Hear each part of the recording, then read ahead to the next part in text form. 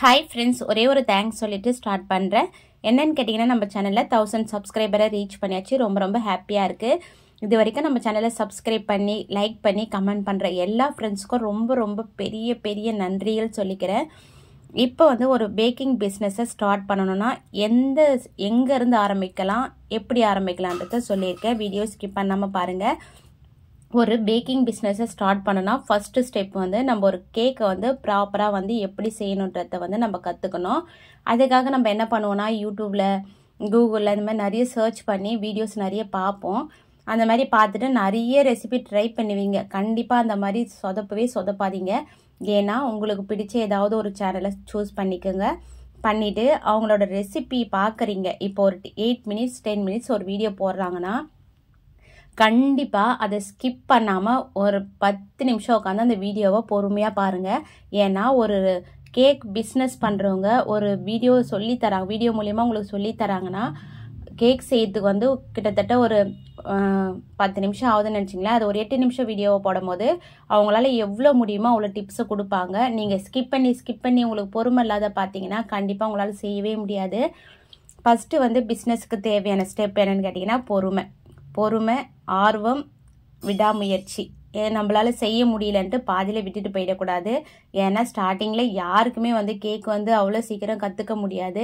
ஏன்னா கண்டிப்பாக அதில் ஒரு பொறுமை தேவை. பொறுமையாக செஞ்சால் தான் சூப்பராக பர்ஃபெக்டாக வரும். இப்போ நீங்கள் ஒரு வீடியோ பார்த்து செய்கிறீங்க. ஃபர்ஸ்ட்டில் கொஞ்சம் ஹார்டாக வருது. நெக்ஸ்ட் டைம் அதே மாதிரி டிப்ஸோடு ட்ரை பண்ணி பாருங்கள், சூப்பராக வரும். இப்போ கேக் செய்ய முடிஞ்சிட்டீங்க. உங்ககிட்ட வீட்டில் இருக்க ஸ்டவ்லேயே வச்சு கற்றுக்குறீங்க. அடுத்த ஸ்டெப் என்னன்னு கேட்டிங்கன்னா ஒரு ஓவன் வாங்கணும்னு நினைப்பீங்க. ஓவன் உங்ககிட்ட காசு இருந்ததுன்னா கொஞ்சம் ரேட்டு அதிகமாக வாங்கிக்கலாம். உங்ககிட்ட காசு இல்லைன்னா உங்கள் ரேட்டுக்கு ஏற்ற மாதிரி வாங்கிக்கோங்க. வாங்கிட்டு அதில் செஞ்சு பாருங்கள். நான்லாம் ஃபஸ்ட்டு பார்த்தீங்கன்னா ஒரு 48 லிட்டர்ஸில் தான் ஒரு 5000ல் ஒரு ஓடிஜி வாங்கியிருந்தேன். அதுவும் நான் எப்படி வாங்கியிருந்தேன்னா இஎம்ஐயில் தான் வாங்கியிருந்தேன். அதுவும் நானே நல்லா கேக் செய்ய ஓவன்லேயே கடாயிலேயே கடாய் குக்கர்லேயே செய்ய கற்றுக்கிட்டு அதுக்கப்புறம் தான் நான் ஓவன் வாங்கினேன். அதில் செய்ய அதாவது ஒரு மாதத்துக்கு 3-4 கேக் ஆர்டர் வருதுன்னா அதை மாதம் சேர்த்து வச்சு நான் கட்டிடுவேன். அதில் கொஞ்சம் மீறத்தை அதுக்கு தேவையான பொருள் வாங்கி அப்படி தான் செஞ்சு ஸ்டார்ட் பண்ணேன். ரெண்டாவது ஸ்டெப் என்னென்னு பார்த்தீங்கன்னா நம்ம வாட்ஸ்அப் அக்கௌண்ட் அப்படி இல்லை இன்ஸ்டாகிராம் அக்கௌண்ட் ஏதாவது ஒன்று சூஸ் பண்ணிக்கோங்க. ஏன்னா அப்போ தான் நம்மளோட கேக் பிஸ்னஸை ப்ரமோட் பண்ண முடியும். இப்போ வாட்ஸ்அப்பில் நம்ம ஸ்டேட்டஸ் வைக்கலாம். அது நிறைய ஃப்ரெண்ட்ஸுங்க பார்ப்பாங்க. அப்படி இல்லைன்னா நல்ல ஃப்ரெண்ட்ஸுங்களா, கண்டிப்பாக உங்களுக்கு நல்ல ஃப்ரெண்ட்ஸ் இருக்காங்கன்னா அவங்க ஸ்டேட்டஸ் வச்சு நம்மளை முன்னேற்றி விடுவாங்க. அவங்க நல்ல ஃப்ரெண்ட்ஸாக இல்லைன்னா அதை யார்கிட்டையும் சொல்லவும் மாட்டாங்க, சொல்கிறதுக்கு அசிங்கப்படுவாங்க கண்டிப்பாக. அதனால் நீங்கள் ஸ்டேட்டஸ் வைங்க. வச்சுட்டு அப்புறம் நீங்கள் ஸ்டேட்டஸ் வைக்கிறதோடு விட்டுடாத இன்ஸ்டாகிராமில் நீங்கள் அப்பப்போ ஃபோட்டோ அப்லோட் பண்ணிக்கிட்டே இருங்க. அதில் ஒரு பிஸ்னஸ் அக்கௌண்ட் ஸ்டார்ட் பண்ணிக்கோங்க. ஃபஸ்ட்டே நீங்கள் ஒரு சூப்பராக ஒரு கேக் பண்ணுறீங்கன்னா அந்த ஃபோட்டோவை எடுத்து அதுலேயும் போடுங்க. அதே மாதிரி போடுறதோடு மட்டும் இல்லாமல் வாய் இருந்தால் தான் நம்மளால் பிழைக்க முடியும். அதை நம்ம இப்போ ஒரு ஃப்ரெண்ட்ஸுங்க அப்படி ஸ்கூல் பர்த்டே நம்மளோட பசங்க இருப்பாங்க வீட்டில், கண்டிப்பாக நம்மளுக்கு குழந்தைங்க இருப்பாங்க, அக்கா தங்கச்சிங்க இருப்பாங்க. அவங்க ஸ்கூல் போகிறாங்கன்னா அவங்களோட பர்த்டேக்கு அந்த மாதிரி cake cup cake, plain cake, tea கேக்கு, அந்த மாதிரி ஃப்ளேவராக நிறைய இருக்குது. அந்த மாதிரி சாக்லேட் வாங்கி கொடுக்கறதுக்கு பதிலாக அந்த மாதிரி கொடுத்தீங்கன்னா சூப்பராக பிஸ்னஸை கொண்டுட்டு போகலாம். அவங்களுக்கு அந்த டேஸ்ட் கண்டிப்பாக வித்தியாசம் தெரியும். நம்ம பேக்கரியில் வாங்கி கொடுக்குற கேக்கோட ஹோம்மேட் கேக்கு சூப்பராக பிடிக்கும் எல்லாருக்கும். நானும் அந்த மாதிரி தான் ஸ்டார்ட் பண்ணேன். அடுத்த ஃபஸ்ட்டு ஐடி ஓப்பன் பண்ணிட்டோம். கேக்கை சூப்பராக செய்ய ஆரம்பிச்சிட்டோம். அடுத்தது ஒரு லோகோ, இன்ஸ்டாகிராமுக்கு ஒரு லோகோ ரெடி பண்ணணும். ஒரு லோகோ ரெடி பண்ணிவிட்டு அது ஒரு சூப்பரான நேம் சூஸ் பண்ணணும். கண்டிப்பாக ஒரு கடைன்னு நம்ம ஓப்பன் பண்ணோம்னா ஒரு துணி கடையாக இருந்தாலும் சரி, ஹோட்டலாக இருந்தாலும் சரி, அதுக்கு ஒரு நேம் சூப்பராக சூஸ் பண்ணுவோம் இல்லையா? அந்த மாதிரி தான் ஒரு நேம் சூப்பராக சூஸ் பண்ணி வச்சுக்கணும். வச்சுட்டு அடுத்தது ஒரு மெனு கார்டு நம்ம ரெடி பண்ணணும். ஏன்னா நம்மக்கிட்ட ஒரு மாதத்துக்கு ஒரு 2-3 பேர் வாங்குறாங்கன்னா கூட ரேட் கேட்பாங்க. அவங்களுக்கு நம்ம ரேட்டை அந்த கேக்குக்கான ரேட்டை சொல்கிறதுக்கு பதிலாக நம்ம மெனு கார்டில் பிரிண்ட் அவுட் எடுத்து வச்சுக்கலாம். கடையில் கொடுத்து கூட நம்ம ஃபஸ்ட்டு ரேட்லாம் ஃபிக்ஸ் பண்ணிவிட்டு கடையில் கொடுத்து ஒரு பிரிண்ட் அவுட் சூப்பராக ரெடி பண்ணி வச்சுட்டு அதை ஒரு ஃபோட்டோ எடுத்து வச்சுட்டு நம்ம அனுப்பும் போது அவங்க அதோட ரேட்டை மட்டும் பார்க்கறது இல்லாமல் எல்லாத்தோட ரேட்டையும் பார்ப்பாங்க. இல்லை ஃப்ளேவர்ஸ் நிறைய இருக்கும் இல்லையா, அதை அடுத்த தடவை ட்ரை பண்ணலாம்னு சொல்லிட்டு பார்ப்பாங்க. அடுத்தது நம்ம ரேட் எப்படி ஃபிக்ஸ் பண்ணணும்னு கேட்டிங்கன்னா நம்ம மற்ற ஹோம் பேக்கர்ஸை கம்பேர் பண்ணவே பண்ணாதீங்க. இப்போ நீங்கள் சூப்பராக கேக் பண்ணுறீங்கன்னா பிஸ்னஸை சூப்பராக ஸ்டார்ட் பண்ணிட்டீங்கன்னா நீங்கள் உங்கள் வீட்டு பக்கத்தில் இருக்க 2-3 அதான் கேக் ஷாப்புக்கு போயிடுங்க. பர்த்டே கேக்லாம் வந்து ரெடி பண்ணுவாங்க இல்லையா, அந்த ஷாப்புக்கு போயிட்டு அங்கே மெனு கார்டு கொடுப்பாங்க நம்மளுக்கு என்ன ரேட்டுன்னு பார்க்கறதுக்கு. அதை ஒரு 2-3 கடையில் போயிட்டு ஒரு ஃபோட்டோ எடுத்துகிட்டு வந்து வச்சுடுங்க. வச்சுட்டு நம்ம ஒரு கேக்குக்கு தேவையான பொருட்கள் நம்ம ஒரு வேலைக்கு போனால் நம்மளுக்குன்னு ஒரு சம்பளம் கொடுப்பாங்க இல்லையா, அது அப்புறம் நம்மளோட கரண்ட் பில்லு, தண்ணி செலவு, இந்த மாதிரி நிறைய வரும். அது எல்லாத்தையும் நம்ம என்ன பண்ணணும்னா இது கூட ஆட் பண்ணி நம்ம வந்து ரேட்டை வந்து ஃபிக்ஸ் பண்ணி வச்சுக்கலாம். அப்போ தான் வந்து நம்மளால் வந்து நல்ல ஒரு கேக்குக்கு ரேட்டை ஃபிக்ஸ் பண்ண முடியும். கண்டிப்பாக நம்ம ஷாப்புக்கு போயிட்டு இருக்கிற ரேட்டுக்கும் அது நம்ம ரொம்ப கம்மியாக வந்து ரேட்டை வந்து ஃபிக்ஸ் பண்ணக்கூடாது. நம்மளுக்கு அதில் ஒரு ப்ராஃபிட்டுமே கிடைக்காது. நம்ம வந்து அதுக்கு ஏற்ற மாதிரி பார்த்துட்டு இப்போ பேக்கரியில் வந்து ஒரு 500 ஒரு பிளாக் ஃபாரஸ்ட்னு வச்சுக்கிங்களேன். நீங்கள் வந்து ஹோம்மேடாக செய்யும் போது கண்டிப்பாக ஒரு 50 ரூபாய் எக்ஸ்ட்ரா வச்சு விற்கலாம். இல்லை நான் ஆரம்பத்திலேயே வந்து எக்ஸ்ட்ரா விற்க விரும்பலை அப்படின்னா ஒரு 50 ரூபாய் கம்மி பண்ணி கொடுக்கலாம். நம்ம வீட்டை சுற்றி இருக்கிறவங்க ரேட் அதிகமாக வாங்க மாட்டாங்கன்னா ஒரு 50 ரூபாய் கம்மி பண்ணி கொடுக்கலாம். ரொம்ப கம்மி பண்ணிட்டீங்கன்னா வேஸ்ட்டு பிஸ்னஸ்ஸு. அதுக்கப்புறம் வந்து இப்போ நீங்கள் ஸ்டார்ட் பண்ணுறீங்கன்னா ஹோம்மேடும் கற்று வச்சுருக்கணும், பேக்கரி ஸ்டைலும் கண்டிப்பாக கற்று வச்சுருக்கணும். இப்போ நம்ம ஹோம்மேட் மட்டும் செஞ்சு கொடுத்துட்டு இருந்தோம்னு வச்சுங்களேன், அவங்க பேக்கரி ஸ்டைல் சூப்பராக இருக்கும், பேக்கரியில் நல்லாயிருக்கும் அப்படின்னு சொல்லுவாங்க. நீங்கள் அதையே செஞ்சு வச்சுங்க. ஏன்னா ரெண்டுத்துக்கும் வித்தியாசம் கண்டிப்பாக தெரியும். இப்போ வந்து நம்மக்கிட்ட கேக்கு ஷாப்பில் வாங்கி சாப்பிட்றவங்க கேக் வந்து ஒன்ஸ் நம்மக்கிட்ட வாங்கி சாப்பிட்டாங்கன்னா கண்டிப்பாக தொடர்ந்து நம்மக்கிட்டே தான் வருவாங்க. அந்த மாதிரி வந்து நம்ம சூப்பராக செஞ்சு கொடுக்கணும். நம்மளால் சூப்பராக செய்ய முடியும் அப்படின்னு நினச்சா மட்டும்தான் நம்ம ஆர்டர் எடுத்து செஞ்சு கொடுக்கணும். நம்ம ஆரம்பத்துலேயே ஆர்வக்கோளாறில் வந்து நம்ம சூப்பராக செய்ய ஆரம்பிச்சிட்டோம், செஞ்சு கொடுக்கலாம், க்ரீம்லாம் சரியாக பீட் ஆகலை, மெல்ட் ஆகுது, அந்த மாதிரி இருக்கும்போது நீங்கள் கொடுக்கவே கொடுக்காதீங்க. நான் 1 by 1 உங்களுக்கு ஈஸியாக சொல்லித்தரேன். நான் சொல்லி தரத்துக்காக தான் இந்த சேனலை ஸ்டார்ட் பண்ணேன். யாரும் வந்து அவ்வளோ சீக்கிரம் சொல்லிட மாட்டாங்க. நான் ஏன் இந்த சேனலை ஸ்டார்ட் பண்ணேன், என்னோட பேக்கிங் ஜேர்னியில் வந்து நான் அடுத்தடுத்த வீடியோவில் போகிறேன், உங்களுக்கு ரொம்ப ரொம்ப மோட்டிவேட்டாக இருக்கும்.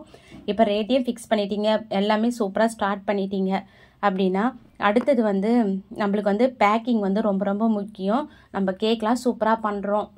இப்போ நான் ஒரு கேக் பாக்ஸு அதை பேக் பண்ணி தர பாக்ஸ்லாம் வந்து நம்ம ரேட்டு கம்மியாக வாங்கிட்டு அதில் பேக் பண்ணி தந்தோம்னு வச்சிங்களேன், வீட்டுக்கு போகிறதுக்குள்ள நசிங்கிடும், டேமேஜ் ஆகிடும், ஏதாவது ஒரு குறை. அவங்க ஓப்பன் பண்ணும் போதே வந்து நம்ம அழகாக பேக் பண்ணி தந்தோம்னு வச்சிங்களேன், சூப்பராக பேக் பண்ணி தராங்க, டேஸ்ட்டும் சூப்பராக இருக்குது, கண்டிப்பாக நெக்ஸ்ட் வந்து அவங்கக்கிட்ட தான் வாங்கணுன்ற மாதிரி நம்ம பேக்கிங்கும் சூப்பராக வந்து பண்ணி தந்துடணும்.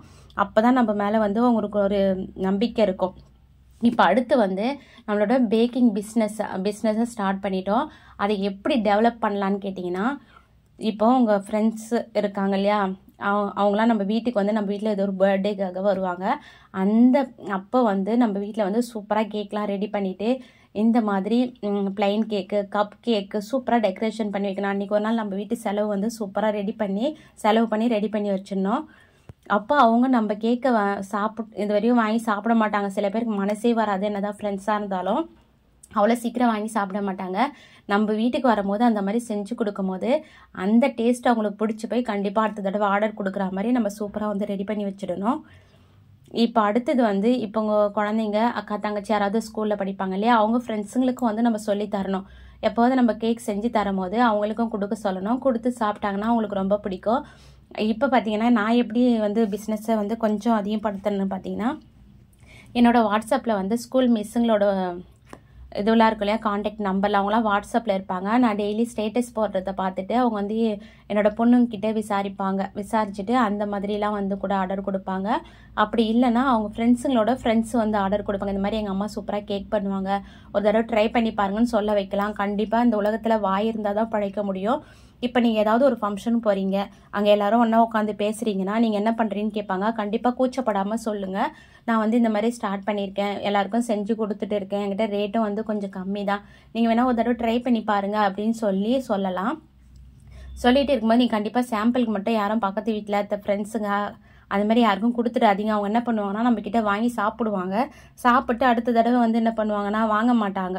நல்லா தான்ப்பா இருக்குது, நம்பிக்கிட்டே சொல்லுவாங்க சூப்பராக இருக்குது, நீங்கள் இதே ட்ரை பண்ணுங்க அப்படின்னு சொல்லுவாங்க. ஆனால் வாங்கி சாப்பிட மாட்டாங்க. வேணும்னா நம்ம வந்து இந்த மாதிரி செய்யும் போது டேஸ்ட் பண்ணி பார்த்துட்டு வாங்கட்டும். அந்த மாதிரி தான் வந்து நம்ம கண்டிப்பாக ட்ரை பண்ணணும். ஏன்னா நான் அனுபவத்தில் தான் சொல்கிறேன். நம்ம ஃப்ரீயாக கொடுக்குறோன்னா வாங்கி சாப்பிட்டு அடுத்தது வாங்கவே மாட்டாங்க, பேக்கரிக்கு தான் போய் வாங்குவாங்க.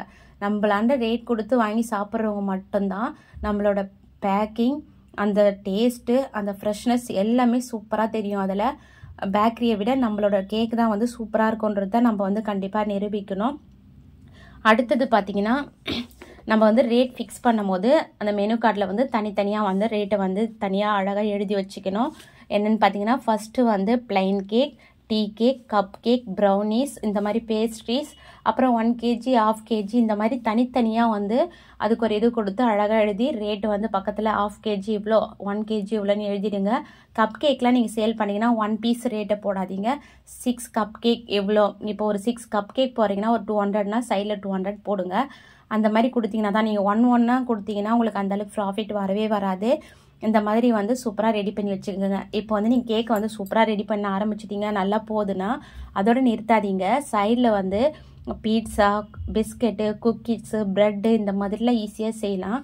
அந்த மாதிரி நீங்கள் கொடுங்க. சப்போஸ் உங்களுக்கு வந்து கேக் அந்த அளவுக்கு மாதத்தில் ஒரு 2-3 ஆர்டர் தான் வருதுன்னா நீங்கள் பீட்சாலாம் செஞ்சு ஹோம்மேடாக கொடுத்தீங்கன்னா அதோட டேஸ்ட்டில் வந்து அவங்க கண்டிப்பாக உங்ககிட்ட தான் வாங்குவாங்க. ஏன்னா கடையில் சாப்பிட்ற பீட்சாக்கும் வீட்டில் சாப்பிட்ற பீட்சாக்கும் நிறைய வித்தியாசம் இருக்குது. இது வந்து ஃப்ரெஷ்ஷாக சாப்பிடும் போது டேஸ்ட் வந்து சூப்பராக இருந்து உங்கள்கிட்ட தான் ஆர்டர் கொடுப்பாங்க. அதே மாதிரி தான் நான் வந்து எடுக்கணும். ரேட்டு வந்து ஃபிக்ஸ் பண்ண தெரியலனா அது நான் ஏற்கனவே சொல்லியிருக்கலையா, கடைக்கு போயிட்டு அதையும் எதையும் வச்சு கம்பேர் பண்ணி பார்த்துட்டு ரேட் வந்து நம்ம தான் ஃபிக்ஸ் பண்ணணும். இப்போ மற்ற ஹோம் பேக்கர்ஸ்லாம் வந்து நம்ம யூடியூப்பில் போயிட்டு மற்றவங்க வீடியோவை பார்த்துட்டு இவ்வளோ வச்சுருக்காங்கன்னு சொல்லிட்டு கண்டிப்பாக ஃபிக்ஸ் பண்ணாதீங்க. நம்ம ஏரியாவில் இருக்கிறவங்க கடையில் பார்த்தீங்கன்னா இப்போ ஒரு பிளாக் ஃபாரஸ்ட்டு 500 கொடுப்பாங்க. இப்போ பார்த்தீங்கன்னா 500 கொடுக்குற கடையும் இருக்குது. அதே இன்னொரு கடையில் 300ம் கொடுப்பாங்க பிளாக் ஃபாரஸ்ட்டு. அந்த ஏரியாவில் போயிட்டு நம்ம 1 kg 700 800ன்னு கொடுத்துட்டோம்னா யாருமே வாங்க மாட்டாங்க. ஒரு 500னா ஒரு 550க்கு ஹோம்மேட் கேக் கண்டிப்பாக சேல் பண்ணலாம். ரொம்ப கம்மியாக பண்ணிங்கன்னா அதில் ஒரு லாபமும் வராது, வேஸ்ட்டு தான். ஏன்னா நம்ம அதில் போடுற எஃபெக்ட் வந்து ரொம்ப அதிகம். இப்போ ஒரு கேக் செய்யணும், ஒரு ஸ்பாஞ்ச் செய்ய வைக்கணும், அது ஸ்பாஞ்ச் செஞ்சு வச்சுட்டு அந்த பாத்திரத்தெல்லாம் கழுவணும், திரும்ப க்ரீமை பீட் பண்ணணும், க்ரம் கோட் பண்ணிவிட்டு ஃப்ரிட்ஜில் வைக்கணும், திரும்ப அந்த பாத்திரத்தை கழுவணும். இதுமாரி தொடர்ந்து வேலை இருந்துக்கிட்டே இருக்கும். அவ்வளோ ஈஸிலாம் இல்லை கேக் பண்ணுறது. இந்த மாதிரிலாம் செஞ்சுட்டு கண்டிப்பாக வந்து நீங்கள் சர்டிஃபிகேட்டை பற்றி கண்டிப்பாக பேசணும். நீங்கள் சர்டிஃபிகேட் வாங்குறீங்க, FSSAI சர்டிஃபிகேட் வாங்குறீங்கன்னா ஆரம்பத்தில் வாங்காதீங்க. நீங்கள் ஃப்ரெஷ்ஷாக ஹோம்மேட் கேக் ஸ்டார்ட் பண்ணிங்கன்னா ஒரு 1 இயருக்கு பக்கத்தில் ஃப்ரெண்ட்ஸ் வீட்டுக்கு இந்த மாதிரி எல்லாருக்கும் கொடுங்க. கொடுத்துட்டு உங்கள் பிஸ்னஸ் பெருசாக வளரப்போகுது, அடுத்த லெவலுக்கு கொண்டு போகிறீங்க, நிறைய வந்து டெலிவரி பண்ண போகிறீங்க, ஆன்லைன் டெலிவரிலாம் இருக்குன்னா நீங்கள் கண்டிப்பாக அந்த சர்டிஃபிகேட் வாங்கி வச்சுக்கோங்க. ரொம்ப சேஃப்டி தான். நீங்கள் ஆரம்பத்திலேயே அதை காசு செலவு பண்ணி வாங்கணும்னு அவசியம் இல்லை. ஃபஸ்ட்டு ஹோம்மேடாகவே ஸ்டார்ட் பண்ணுங்கள், அடுத்த லெவலுக்கு போகிறீங்க. சின்னதாக ஒரு ஷாப் வைக்கணும் தனியானா நீங்கள் கண்டிப்பாக வாங்கி வச்சுக்கோங்க. ரொம்ப நல்லது தான். அதுக்கப்புறம் வந்து இப்போ வந்து நம்ம எல்லாத்தையும் ரெடி பண்ணி வச்சுட்டு பிஸ்னஸை வந்து ஸ்டார்ட் பண்ணிட்டோன்னா டெய்லி வந்து நம்மளோட ஃபோட்டோ வந்து எப்போது ஒன்று செய்யும் இல்லையா, அப்டேட் பண்ணிகிட்டே இருக்கலாம். அப்படி வந்து கேக் ஆர்டரே நம்மளுக்கு வரல, எப்படி நம்ம பண்ணுறதுன்னா 2 முட்டையை வச்சு 1/2 kg கேக் செஞ்சுக்குங்க. செஞ்சுட்டு அதை கேக் ஃப்ராஸ்டிங் பண்ணி ஒரு சூப்பர் டிசைன் டெய்லி ஒரு டிசைனாக போட்டு வாரத்தில் ஒரு 2-3 ஃபோட்டோ வச்சு வாட்ஸ்அப் குரூப்பில், இன்ஸ்டாகிராமில் ஏதாவது ஒன்று போட்டுக்கிட்டே இருங்க. அதை பார்த்துட்டு கண்டிப்பாக நம்மளுக்கு ஆர்டர் வரதான் செய்யும். நீங்கள் ட்ரை பண்ண உங்களுக்குள்ளே நிறைய ஆர்வம் வரும், புதுசாக உங்களுக்கு ஐடியா வரும். இப்போ உங்ககிட்ட கேக் ஆர்டர் கொடுக்குறாங்க, உடனே பர்த்டே கேக்லாம் வரணும்னு ஆசைப்படாதீங்க. டீ கேக்கு, கப் கேக்கு, ப்ரௌனி இந்த மாதிரி சூப்பராக வந்து நிறைய வந்து நம்மளுக்கு லாபம் கொடுக்கும். அந்த மாதிரி ட்ரை பண்ணி பாருங்கள். இப்போ வந்து எப்படி நம்ம கடையை வந்து கண்டுபிடிக்கிறணும் அப்படின்றத சொல்கிறேன். இப்போ வந்து நான் தாம்பரம் நியர்பையில் இருக்கிறதுனால தாம்பரம் நியர்பை எஸ்என் ஷாப்னு போட்டு நம்ம சர்ச் பண்ணும்போது நம்ம ஊருக்கு பக்கத்தில் இருக்க கடை வந்து வரும். இப்போ பார்த்தீங்கன்னா விகே எஸ்என் ஸ்மார்ட் வந்து எங்கே இருக்குது, அதோட அட்ரெஸ்ஸு, கடை எப்போ ஓப்பன் ஆகும், எப்போ க்ளோஸ் ஆகும், அதோட ஃபோன் நம்பரு, என்னைக்கு கடை லீவு, சப்போஸ் இன்னைக்கு கடை லீவுனா டுடே லீவுன்னு போடுவாங்க. எல்லா டீட்டெயில்ஸும் வந்து அதுலேயே இருக்கும். ஷாப்போ எப்படி இருக்குன்றதையும் அதுலேயே வந்து ஃபோட்டோவும் இருக்கும். கண்டிப்பாக இந்த மாதிரி பார்த்து வச்சுக்கோங்க. பார்த்து வச்சுட்டு நீங்கள் உங்களால் போய் வாங்க முடியும்னா மாதத்துக்கு ஒரு தடவை இல்லை 4 மாதத்துக்கு ஒரு தடவை கூட வாங்கலாம். எல்லாம் கெட்டு போகிற பொருளே கிடையாது. நம்ம வந்து மாதம் போய் வாங்கணும்னு இல்லை, அப்பப்போ போய் வாங்கி வச்சுக்கலாம். அதே மாதிரி நம்மளால் கடைக்கு போய் பார்த்து கண்டிப்பாக வாங்குங்க. ஆன்லைனில் எந்த பொருளையுமே வாங்காதீங்க. ஆன்லைனில் வாங்கும்போது ரேட்டும் அதிகமாக இருக்கும், பொருள் எப்படி இருக்கணுன்றது தெரியவே தெரியாது. அதனால் கண்டிப்பாக ஆன்லைனில் வாங்காதீங்க. நேரில் போயிட்டு பார்த்துட்டு உங்களுக்கு பிடிச்ச பொருளை, தேவையான பொருட்களை மட்டும் வாங்கிட்டு வாங்க. ஆரம்பத்திலேயே அதிக பொருட்களை வாங்கி சேர்க்காதீங்க. இந்த வீடியோ முழுசாக பார்த்து பிடிச்சிருந்தா லைக் பண்ணுங்கள். Bye friends.